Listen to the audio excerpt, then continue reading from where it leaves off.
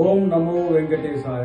ఇప్పుడే సోషల్ మీడియాలో తిరుమల తిరుపతి దేవస్థానానికి సంబంధించినటువంటి గోవులు చనిపోయాయి, వీటిని విచారణ చెయ్యాలని పత్రికాముఖంగా తెలియజేసినటువంటి వాస్తవాలని తిరుమల తిరుపతి దేవస్థానం వారు అవాస్తవాలని నమ్మవద్దు, టీటీడీలో 100కు పైగా గోవులు వర్ణించాయని సోషల్ మీడియాలో వస్తున్నటువంటి వార్తలు అవాస్తవం టీటీడీ అని ఇప్పుడే నేను చూశాను. వెంకటేశ్వర స్వామి సాక్షిగా చెప్తున్నా, డిస్ట్రిక్ట్ ఫారెస్ట్ ఆఫీసర్ అక్కడ ఫుడ్ అడిషనల్ ఛార్జ్ గా పనిచేస్తున్న ఏ శ్రీనివాసుల్ని వెంకటేశ్వర స్వామి ఆనంద నిలయంకు వచ్చి చెప్పమనండి, ఇది వాస్తవం అవాస్తవం అని చెప్పేసి. 100కి 100 గోవులు చనిపోతున్నాయి.